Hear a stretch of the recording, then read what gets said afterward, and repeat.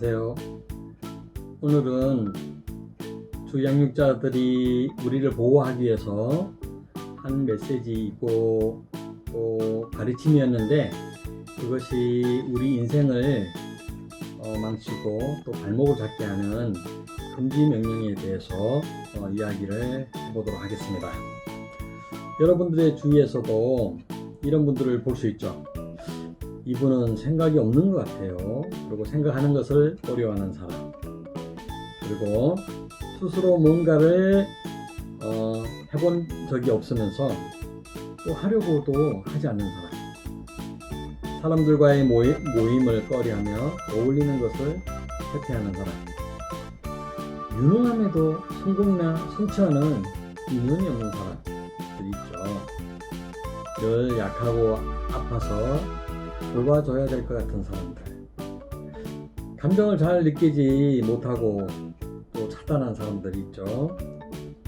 나이와 상관없이 애기 같고 철부지 같은 사람들, 다른 사람을 기쁘게 하기 위해서 필요 이상 노력하는 사람들, 자기 자신을 디스카운트 하면서 눈치를 보고 위축된 사람들 등 뭔가 자율적이지 못하면서 운명론자처럼 살아가는 사람들을 보셨을 겁니다.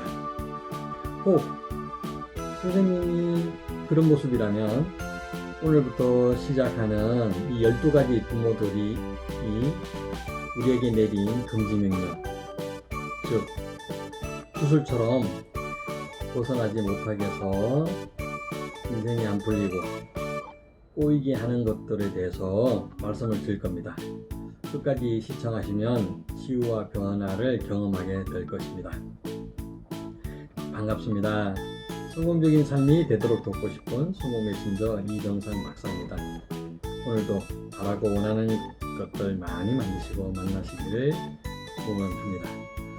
제가 심리 상담과 교육 과정에서 발견하고 치유에 주력하고 있는 것이 있는데요. 그 중에 하나가, 모든 사람들이 어린 시절에 심리적으로도 길들여져서 현재도 이 자율성을 망치고 있는 주양육자들의 혹독한 메시지를 오늘은 소개해드리고자 합니다. 이를 교류분석 상담 이론에서도 얘기하고 있고요. 그 중에서 대표적인 학자는 불딩 부부인데, 불딩 부부는 심리치료를 하면서 공통적으로 발견되는 인생 초기에 내재화해서 부정적인 영향을 미치고 있는 저주와 추술과 같은 심리적 메시지 12가지를 발견하여 소개하고 있습니다. 이는 해서는 안 돼 하는 don't로 시작하는 금지 명령인데요. 어린 시절에는 부모라고 하는 존재가 신의 존재처럼 엄청나죠. 그러다 보니까 주양육자들의 가르침이자 또 보호의 메시지이기 때문에 우리 모두는 이 어린아이 때는 무조건 그 메시지와 명령에 순응하면서 심리적으로 내재할 수밖에 없습니다. 이유는 명확하죠. 그 부모님의 명령에서 벗어나면 생존의 위협을 느낄 뿐만 아니라 부모에게 인정받지 못하고 사랑받지 못함에 대한 두려움 때문에 따를 수밖에 없습니다. 그런데 이 금지명령은 자녀들을 보호하고 양육하는데 실질적인 도움이 되기도 했습니다. 그런데 언제일까요? 네, 어린 시절에 유용한 것이었습니다. 그러나 성인이 되고 오늘날 이 현실에서는 그때와 다르죠. 그래서 오히려 성공적인 삶을 방해할 뿐만 아니라 발목을 잡는 그런 저주의 메시지가 되기도 하기 때문에 그 내용들을 바로 알고 배운 이후에 벗어나야 합니다. 아직까지도 나도 모르게 주술처럼 걸려있는 나의 금지명령 메시지는 무엇인지 자각해 보시면 유용한 시간이 될 겁니다. 여러분들이 이제 어른이 되셨잖아요. 그러니까 본인이 자녀들이나 가까운 가족에게 걸고 있는 금지 주술은 무엇인지도 파악하시면 좋겠습니다. 그럴 때 진정으로 서로 만족스러운 관계가 되기 때문입니다. 그러면 이 불림 부부가 소개하고 있는 이 12가지의 금지 명령에 대해서 소개를 드리겠는데요. 하지 마라, 원투로 시작합니다. 그래서 이 명령 중에는 하지 마, 아무것도 하지 마, 안 돼! 라고 하는 하지 말라의 금지 명령이 있고요. 또 두 번째는 생각하지 마, 생각할 필요가 없어 라고 하는 게 있고요. 또 하나는 가까이 오지 마, 누구하고도 친해지면 안 돼 라고 하는 게 있고, 네 번째는 중요한 인물이 되지 마라 라고 하는 게 있고요. 또 성공하지 마라, 성장하거나 잘하지 마라 라고 하는 게 있습니다. 그리고 일곱 번째는 감정을 느끼지 마라, 감정을 느끼는 것은 안 돼 라고 하는 게 있고요.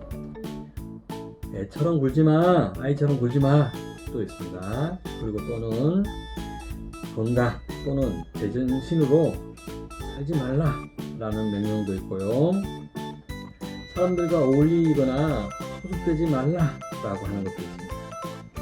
그리고 너만 아니었더라면 하는 원망의 금지 명령도 있고요. 마지막 12번째, 너는 존재하지 말았어야 돼 라는 명령이 있습니다.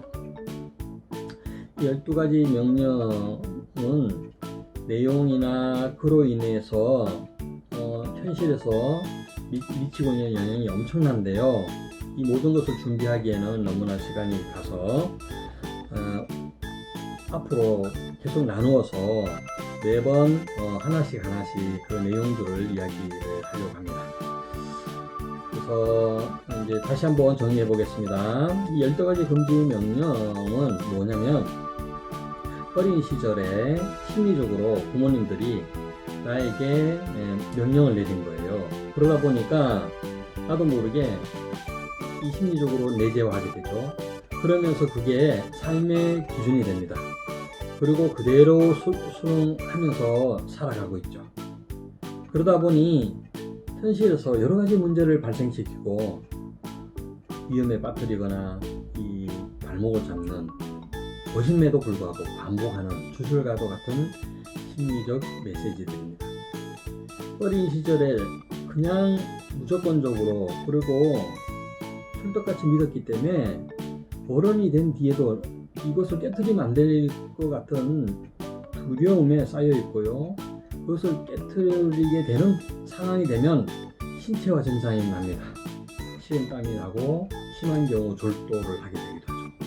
그건 왜 그럴까요? 심리적으로 대혼란이 일어나면서 너무나 두렵기 때문에 그렇습니다. 자, 이렇게만 말씀드려도 이 명령들이 이 현실에서 살아가는데 많은 방해거리가 될 것이라는 걸 짐작할 수 있죠. 그래서 앞으로 이 12가지 금지 명령, 이 주술들을 소개하면서 해결 방법까지도 소개하도록 하겠습니다. 많은 관심으로 시청해 주시기를 바라면서 오늘의 내용이 마음에 들었다면 좋아요와 구독 신청을 부탁드리고, 부지런히 준비해서 12가지 모든 금지 명령과 주술에 대해서도 소개하는, 그리고 구성할 수 있는 영상을 준비해서 여러분들의 삶이 성공적이고 관계가 만족스럽도록 하는 데 도움을 드리도록 하겠습니다. 오늘도 함께 해주셔서 고맙습니다.